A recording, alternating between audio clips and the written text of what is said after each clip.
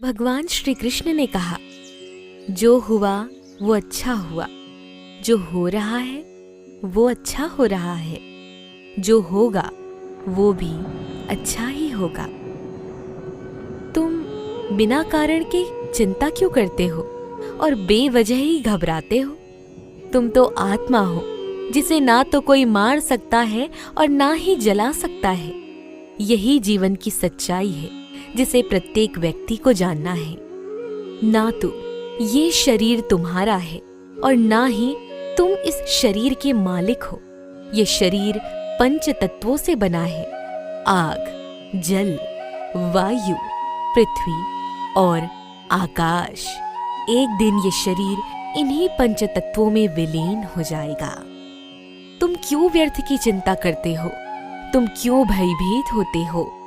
कौन तुम्हें मार सकता है? आत्मा ना कभी जन्म लेती है और ना ही इसे कोई मार सकता है। ये ही जीवन का अंतिम सत्य है। हे अर्जुन, क्रोध से भ्रम पैदा होता है, भ्रम से बुद्धि व्यग्र होती है। जब बुद्धि व्यग्र होती है तब तर्क नष्ट हो जाता है। जब तर्क नष्ट होता है तब व्यक्ति का पतन हो जाता है। हे अर्जुन, जो कोई भी जिस किसी भी देवता की पूजा विश्वास के साथ करने की इच्छा रखता है, मैं उसका विश्वास उसी देवता में दृढ़ कर देता हूँ। समय से पहले और भाग्य से अधिक कभी किसी को कुछ नहीं मिलता है। मैं सभी प्राणियों को एक समान रूप से देखता हूँ। मेरे लिए ना कोई कम प्रिय है ना ही ज्यादा, लेकिन जो मनुष्य मेरी प्रेम पूर्वक आराधना करते हैं वो मेरे भीतर रहते हैं और मैं उनके जीवन में आता हूँ।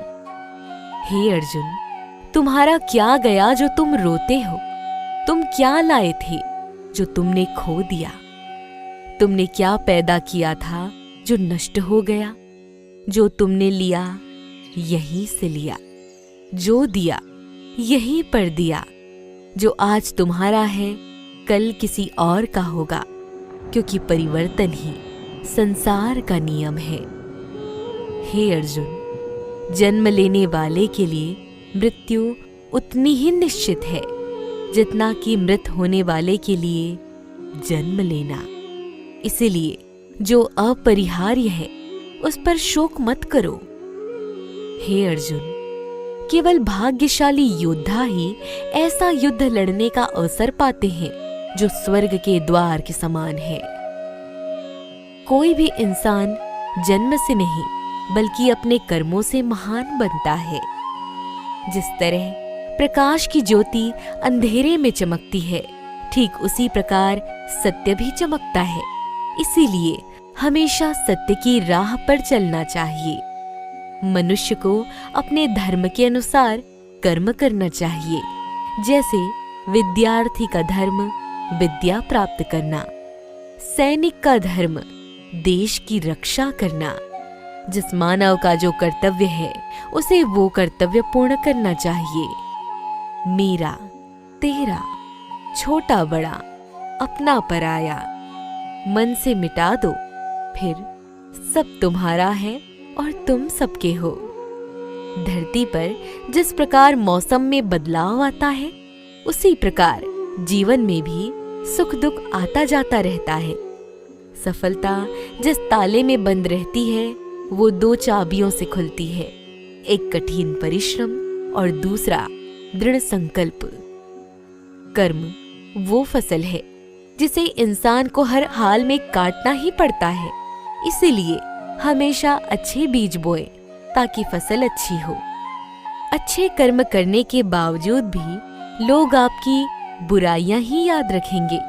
इसीलिए लोग क्या कहेंगे इस पर ध्यान मत दो, तुम अपना कर्म करते चलो। अपने आप को भगवान के प्रति समर्पित कर दो। यही सबसे बड़ा सहारा है।